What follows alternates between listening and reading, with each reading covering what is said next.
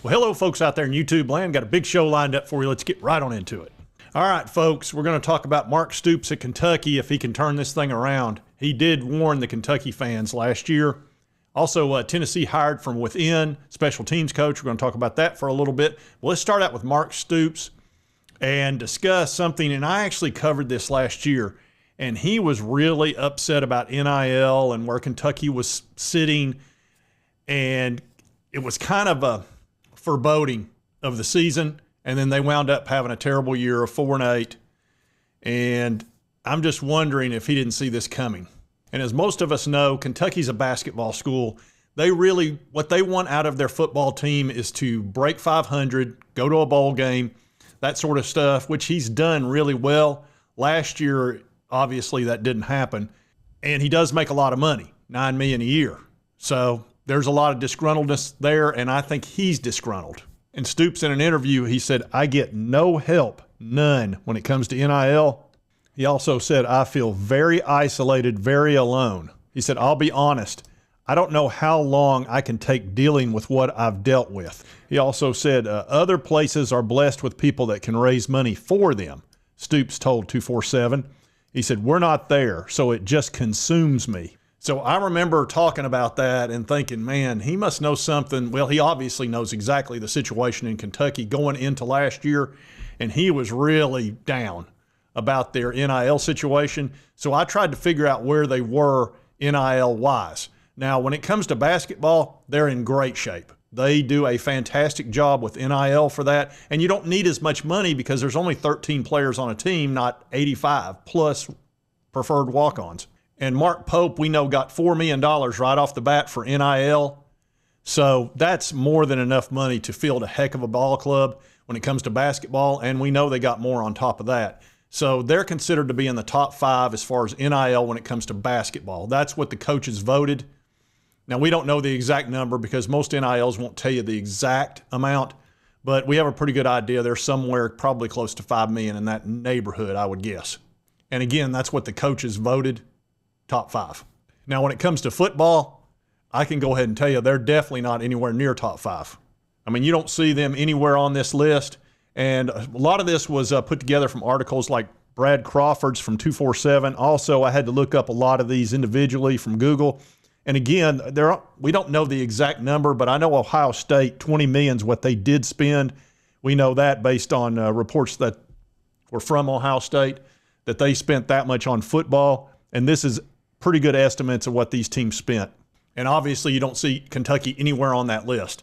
And I think I've got a pretty good idea about what they spend on football, because it says here the University of Kentucky NIL collectives raised over $11 million in the 2023 to 24 fiscal year, which placed them 11th in the SEC.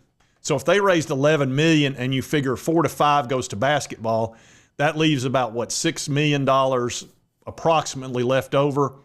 And I'm sure most of that goes to football. So $6 million bucks. And Ohio State's at 20, and all these other teams in the SEC are well above that. He knew what he was going into. He knew he didn't have the talent, and he couldn't procure it. It's not like back in the day where it was, hey, you know, building a relationship and doing all that sort of stuff. It's really about how much can you pay me. Let's just call it what it is. And Kentucky needs a quarterback for this year. They do have a 4-star in Cutter Boley, but he struggled last year. Now, he's young, so, you know, he can get better, no question. And he's a good athlete and a good quarterback, but he wasn't ready for prime time by any stretch. He threw not a whole lot. He threw 49% completion rate, 338 yards, 2 touchdowns, 4 interceptions. He did start in the game against Louisville. He went 6 for 15 for 48 yards, and it was not good. Now, one game does not make a quarterback, but obviously they need a veteran quarterback until he develops. So they went out and got a quarterback. Now, if your job's on the line, you're going to go out and get the best quarterback you can afford to get. I mean, you're going to spend the money. And they picked up a fellow by the name of Zach Calzada. And as a transfer, he was rated the 332nd transfer portal and the 23rd best quarterback out there with an 87 rating, which is a 3-star. Now, he comes out of a school called Incarnate Word. What? He had been at a couple of SEC schools, and he transferred out, wound up going into Incarnate, and had some really nice numbers there. but the competition level is not anywhere close to SEC. So I don't know what he can do there for Kentucky. He may do fine. I don't know. But he was ranked the 330 whatever transfer portal guy. If I'm making $9 million a year and got a long-term contract, I want somebody in the top 50. That's where I'm going. And I'd like to have the number one, which I believe was John Mateer, and he went to Oklahoma. So Kentucky obviously didn't have the money to just go out and get whoever they wanted. They had to spend what they had. So for Kentucky, you know, the one saving grace of this is that we're getting ready to go into the House versus NCAA settlement. And at that point, you're going to be able to spend up to $20.5 million a year on revenue sharing with athletes. Now, how much Kentucky will spend of that, we don't know. You don't have to spend the whole 20.5. First of all, you got to have the money to spend it. That's number one. Number two, will Kentucky spend all that? I don't know. I don't know what their financial situation is. Let's see how much money they actually brought in. All right, they brought in $176 million bucks, so that's quite a bit. That's not, you know, an insignificant amount of money by any stretch. Football generated about $50 million of that. So, man, basketball must have been a huge part of that. Said football generates more revenue than any other sport at UK, twice as much. So, man, how'd they get all that money? I guess they got a lot of donations and things like that. So that could be a silver lining for Kentucky. Honestly, that makes me feel better about their future. Now, whether or not, I don't know what's going to happen with Mark Stoops. If he has another bad year, obviously he's on the hot seat. But crap, they'd have to come up with about $30 million bucks to get rid of him, which they're not going to want to do. So he might survive this and then get into where he can have some revenue sharing money, which is supposed to start in 2025. So you would think he would have been spending money on a quarterback. So I'm a little confused over that. Why do you go get the 332nd ranked quarterback and you know you're getting ready to have this money to spend? You know, are they waiting till after April 7th and maybe get a guy in I don't know. This is confusing as far as their future, but he is very upset about NIL. And watching the basketball team be in the top 5, and he's probably not in the top 25 in his sport is, you know, it is what it is. You're going to struggle, and you're in the SEC where football is king, and every team's going to spend the vast majority of their money on football. So not an easy situation for Mark Stoops, and I think he was letting people know, don't over-expect, because we're not competing the way we should in NIL. And realize, even though you got the 20.5 or some portion of that, you still got NIL. So all the other teams will still have those huge advantages because this money's not going away. They're not going to stop collecting this money because of revenue sharing. I can go ahead and tell you. They're going to keep collecting this and using it. So he's going to need to figure out some way to get that NIL money up if he wants to match up with the teams that he competes against every single year, which is, you know, they have a very difficult schedule. It's very rough. I mean, they start out with an easy game against Toledo, but then they got Ole Miss, and like everybody, they'll have a few easy ones, Eastern Michigan. So they'll be probably, you know, at least win a couple of those games, no problem. But they do have Ole Miss, and that's going to be difficult. They did beat Ole Miss last year. It was the one good win they had.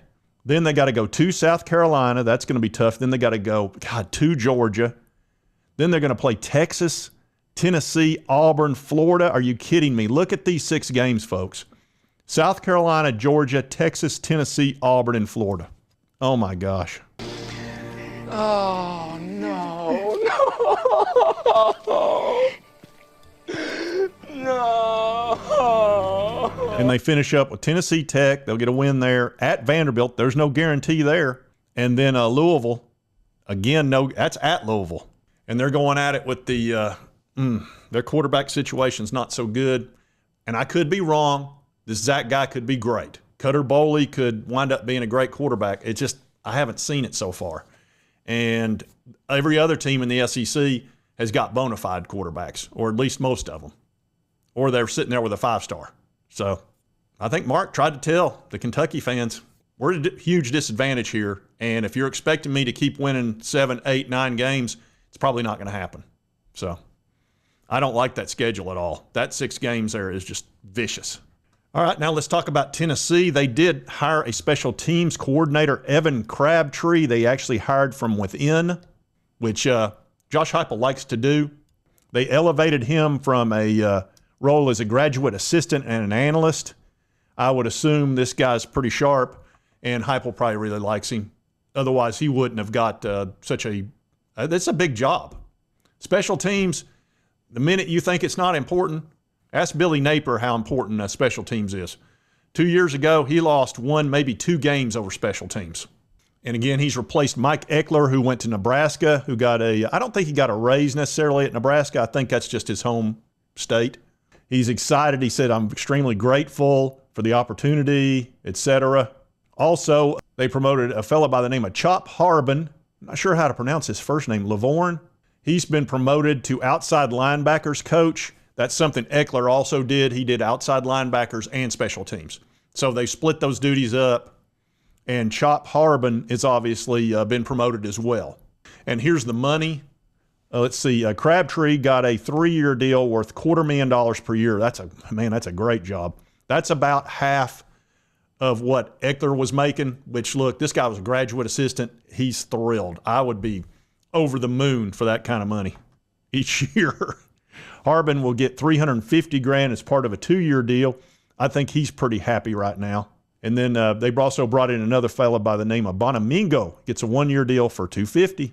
Says Heupel also extended defensive backs coach Willie Martinez and strength coach.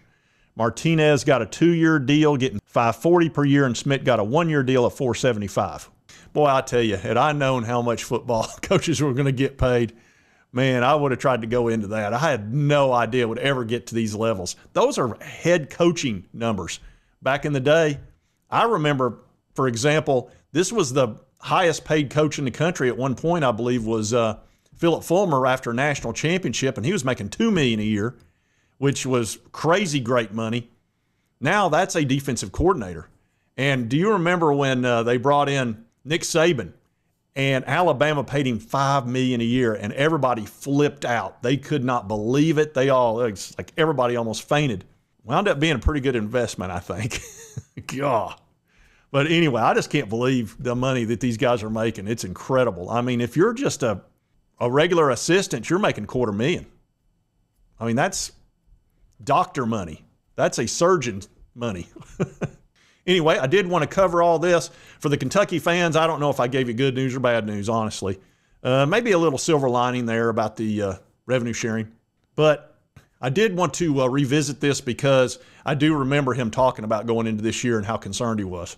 And understandably so. You know, everything's flipped on its head. And really, if you don't have the NIL money to compete, you're going to get your butt handed to you. I mean, it's just the way that it is. And if you like this content, be sure to hit that like button. Lets me know continue to cover all these big college sports stories. If you've not subscribed, hit this little button right here. Boom. Won't cost you a dime. Help you get my videos. And right over here is the most recent video YouTube thinks you'll enjoy based on your viewing history. We'll see you next time on Sports Talk Jay.